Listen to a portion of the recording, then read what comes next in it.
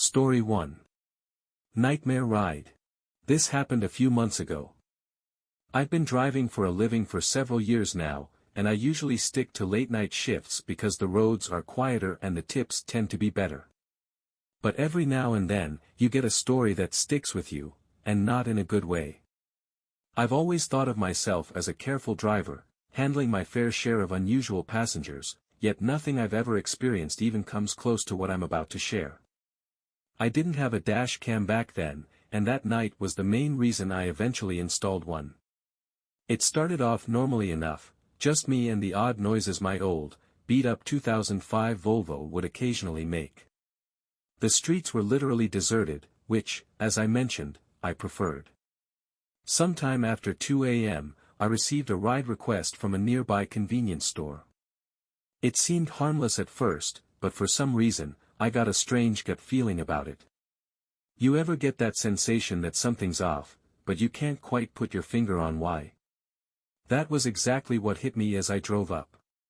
Before I even saw the guy, I figured out why I was uneasy. The convenience store I was pulling up to was closed, every light was off, and there wasn't a single car in the lot. As I got closer, I saw him pacing outside the store. I made sure to slow down so I could get a good look. He was wearing a shabby hoodie that looked like it hadn't been washed in ages, there was literally a hole in the sleeve. His movements were jerky, as if he couldn't stand still, and he kept glancing over his shoulder like someone was chasing him. If I had to guess, he was high. I probably should have just cancelled the ride and driven away. I even hovered my finger over the cancel button, but for some inexplicable reason, I didn't. Instead, I unlocked the doors and he slid into the back seat without a word. I regretted my decision the moment I took my foot off the brake. Most people either scroll on their phones or stare out the window during a ride, but not him. He just sat there, staring at me through the rearview mirror without blinking or looking away, just fixed, unyielding eyes. I tried not to return his gaze, but I couldn't help catching his eye a few times.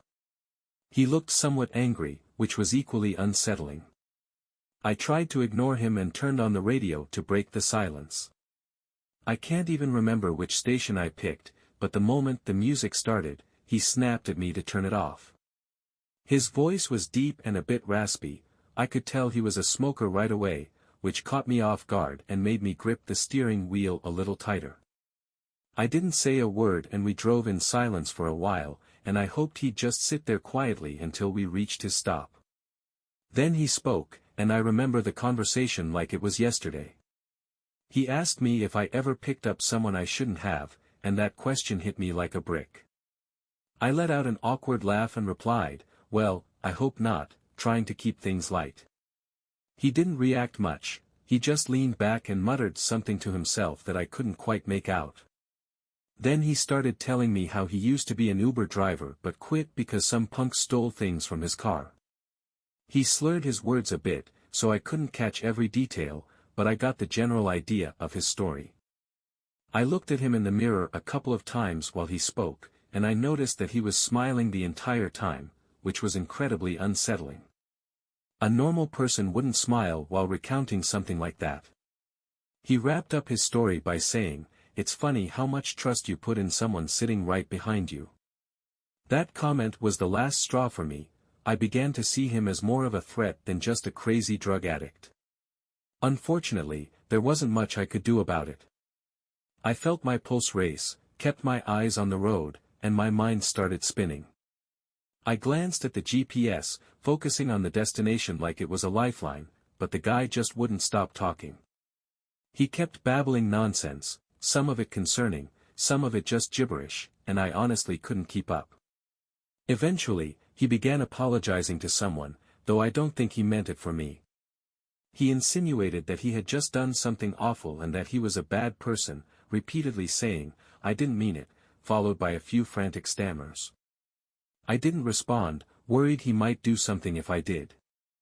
I had no idea what he'd done or what he was capable of, but I wasn't about to find out. We were only a few minutes from his stop when he suddenly snapped out of his muttering haze and yelled that I had missed a turn. I knew I hadn't, the GPS clearly showed we were on track, but I slammed on the brakes anyway, mostly out of fear. He demanded that I pull over, so I did. My hands were shaking by that point. I just wanted the nightmare to be over. The moment I shifted into park, headlights appeared behind us, a police car. I said a silent prayer and watched as it crept down the road, its spotlight briefly sweeping over my car. The man in the back seat slumped down as if trying to hide, and I turned my head to see him lying almost perfectly flat on the back seat with his eyes closed. I quickly looked back before he could notice me trying to steady my breathing. He stayed in that position for what felt like an eternity.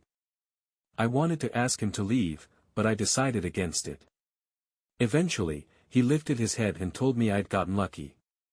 Before I could react further, he opened my car door and disappeared. I ended up cutting my shift short that night. I was shaken up and didn't feel like driving anymore. It wasn't until a few weeks later that I came across something on my phone that proved just how dangerous that situation had been. According to a news article, a convenience store had been robbed on the same night I picked up that passenger. It was 2 blocks from where I had picked him up. It makes me sick knowing I was inches away from a dangerous criminal who could have harmed me if he'd chosen to. I'm a little scared to contact the police about this, as I try to avoid law enforcement for various personal reasons I won't get into, and I'm not even sure if my report would have helped. All I can say is that I'm much more cautious now about who I let into my car. Story 2. Cursed Cabin. When I was younger, I lived in the city, and the urban lifestyle was exactly what I had always imagined for myself. After a very traumatic experience, I couldn't stand even the smallest noise. I began to hate sound in general. My psychiatrist later explained that I had developed a rare case of phonophobia. That uncomfortable, pins and needles feeling you get when your foot falls asleep, only in my case, it was in my chest, as if my body was bracing for something that never arrived. Every car horn or slamming door felt like a shock straight to my nerves. I couldn't keep living like that. About 3 years ago, I found a small cabin hidden deep in the Pacific Northwest. I won't reveal the exact location, but all I can say is it was somewhere in Oregon. It looked perfect, few neighbors, little traffic, and barely any cell service. What really sold me on it was the absence of noise. It was just me and the quiet, and for the first time in months, I thought I might feel safe. The cabin was small yet cozy, exactly as the listing had promised. You could tell it was built to last, with thick wooden beams and a solid stone fireplace. It smelled of pine and old books, the kind of earthy scent that feels almost comforting, like an old cabin bed and breakfast you might stay at while skiing. The nearest neighbor lived about a 10-minute walk down a narrow dirt path, but I didn't meet her right away. For the first few days, I just soaked in the silence. I woke up to birdsong instead of sirens, and at night, the only sound was the wind brushing through the trees. It felt like the world had pressed pause, and I could finally breathe again. I did all my work on my laptop, so I had little need to connect with the outside world. About a week after I moved in, there was a knock at the door. Since the cabin didn't have a doorbell, I had to get used to these knocks. I opened the door expecting to see my neighbor, and it was her. A moderately old woman carrying a basket of preserves, like she had just stepped out of a Hallmark movie. She introduced herself as Emma and said she lived about 10 minutes down the trail. That didn't sound too far, until you consider how dense the woods were. One could easily get turned around just searching for firewood. She was in her late 60s, with unusually long gray hair and piercing blue eyes that made it seem like she could see right through you. She wasn't rude, exactly, more like blunt. She welcomed me to the woods and held the basket out as if she expected me to take it. I didn't really have a choice, she practically pushed it in my face. Although it sounded hospitable, her vibe felt a bit off. I grabbed the basket impulsively, though I'd never been treated that way by a neighbor before. It wasn't anything extreme, but it was unfamiliar to me. I thanked her as I took the basket, and she stared at me as if expecting me to say something more. I honestly didn't know what else to say, so I just smiled.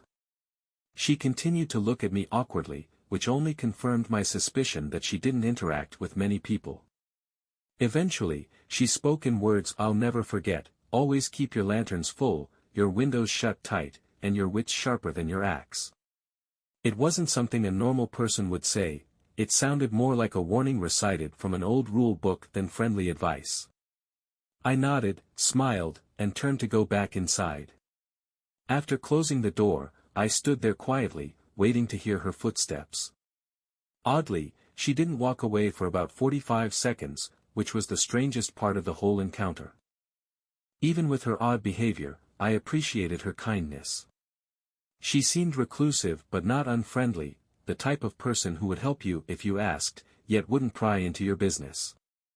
I told myself it was nice to have someone nearby, even if I didn't plan on needing her. I didn't even bother checking the basket. I just set it down in the living room and forgot about it. That night, a thunderstorm rolled in, extremely rare for Oregon, but it does happen. I lit a few candles and curled up on the couch with a book, trying to ignore the power flickering on and off. Some might find that kind of isolation scary, but for some reason, I loved it. My brain wasn't bothered by the natural sounds of the storm. In fact, they felt soothing.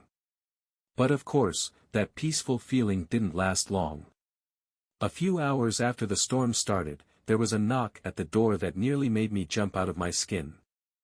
I say knock, but it was more like a bang, loud and definitely not natural, as if whoever was there didn't care that it was pouring outside. My heart began pounding, and I felt that awful, tingly sensation in my chest again. After a few seconds of hesitation, I grabbed my flashlight and went to check. I peered through the small glass pane next to the door and saw Emma, soaked to the bone and clutching a flashlight. I opened the door, and before I could greet her, she blurted out that she had seen someone near my woodpile and that I should know about it. I was utterly confused, but her words were very concerning, so I listened. I stepped onto the porch, shining my flashlight into the rain, but I couldn't see anything except trees. I asked her if she was sure, and she nodded, her eyes darting toward the woods as if expecting someone to come out at any moment. The whole situation was pretty creepy. I kept looking around, but between the darkness and the storm, I couldn't make out much. Before I could say anything else, she told me to be careful and walked away without waiting for my response. I watched her head down the path toward her cabin, unfazed by the heavy rain. I stayed on the porch until her flashlight's glow faded away, then went back inside. The moment I shut the door, I realized that her story didn't add up. How could she have seen someone near my woodpile if her house was 10 minutes away? She must have been on my property to begin with. Why would she be snooping around my cabin during a thunderstorm? Was she lying? It didn't sit right with me, but I wasn't about to march over to her house in a storm. Instead, I locked up the cabin as securely as I could and sat in my room, listening. The storm slowly died down, but I still felt uneasy. A few more hours passed without incident, so I decided it was probably safe to try to sleep. I can't remember exactly when, but sometime after midnight, I woke up to the sound of a branch snapping just outside my bedroom window. I'm a very light sleeper, so I was 100% sure it was a branch and not something else. I froze for a few tense seconds, listening, then crept over to the window. At first, I saw nothing, but then I spotted her, Emma. She was standing at the edge of the woods, her body turned away from my house. I knew it was her by her long, disheveled hair. I strained to see more, but the moonlight didn't help much. I saw her start to turn around, so I ducked under the window before she could catch me looking. I stayed crouched there for what felt like forever, and finally, when I mustered the courage to peek again, she was gone. I honestly didn't know what to do. I hadn't thought of her as dangerous, just strange, but now I was second-guessing everything. I didn't sleep for hours. I was determined to stay awake until sunrise. A few hours later, when I finally began to relax a little, there was a gentle knock at the door. It wasn't as loud as before, it was quiet, yet I still wasn't willing to get up. The tingly sensation in my chest returned as I quietly made my way to the door. I glanced through the peephole, and to my horror, it wasn't Emma, it was a burly, bald man with a thick beard. I had to fight every instinct not to scream in fear. The situation went from unsettling to terrifying in an instant. As quietly as I could, I retreated to my bathroom, locked the door, and called the police. While I was on the phone with them, I began to hear banging on the front door, as if someone was repeatedly smashing it with a heavy object. The operator told me help was on the way and instructed me to stay on the line. I sat there, more terrified than I'd ever been in my life, until eventually, the front door gave way and I heard it crash open. I truly thought I was going to die. That man, whoever he was, started breaking things in my cabin. I could hear glass shattering and wood splintering. I didn't dare make a sound, and luckily, he didn't seem to search for me since I never heard his footsteps leave the living room. After a while, the noise stopped, and everything fell silent again. I had been fighting a full-blown panic attack, and to my surprise, the police arrived rather quickly, though not quickly enough to catch the intruder in the act. He was long gone by the time they got here. I begged the officers to help me, but they were pretty useless. They did a half-hearted search of the surrounding area and refused to go into the dense woods, saying it was unlikely they'd find anything there. I even pleaded with them to come with me to Emma's house, and they agreed. When we got to her property, my jaw dropped. The entire cabin was abandoned. The cops confirmed that no one had lived there in decades.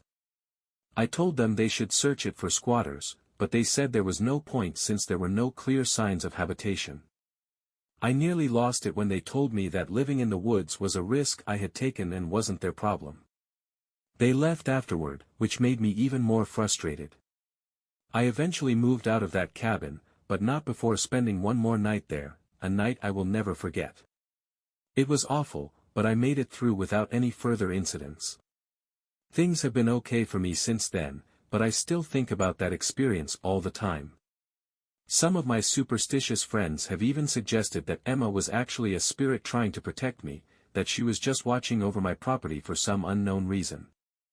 I don't believe in the paranormal, so I suspect that Emma and that intruder were two people squatting in the abandoned cabin. I still don't understand why they would target me or why Emma would warn me if she was planning on breaking into my house. I guess I'll never really know. Story 3.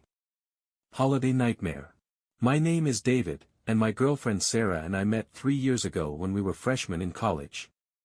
We attend Stanford, which has been my dream school since I was about 8. Neither of us is from California. I'm from just outside Columbus, and she's from Cincinnati in Ohio. I think our shared Midwestern roots really drew us to each other. Stanford isn't huge, but most students are Californians, so being from the Midwest really set us apart. One of the traditions we created is how we split Christmas between our families. Sarah is very popular with my relatives, so her presence is always appreciated, and expected, since her house is only a 2-hour drive from mine.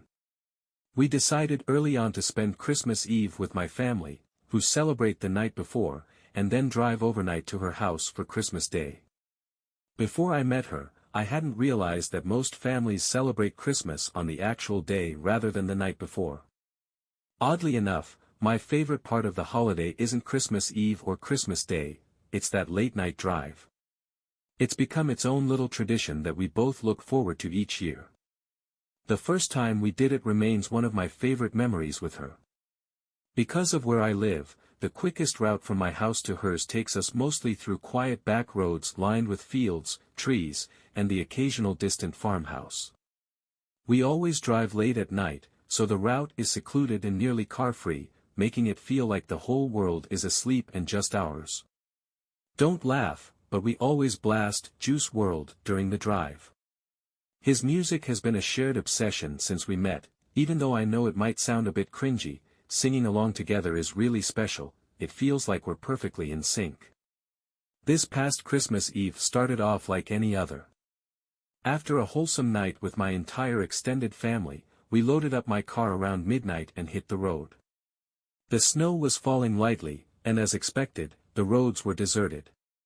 With the music and heat cranked up, everything felt perfect, until it all changed in an instant. While I was driving along, the music was interrupted by my phone ringing.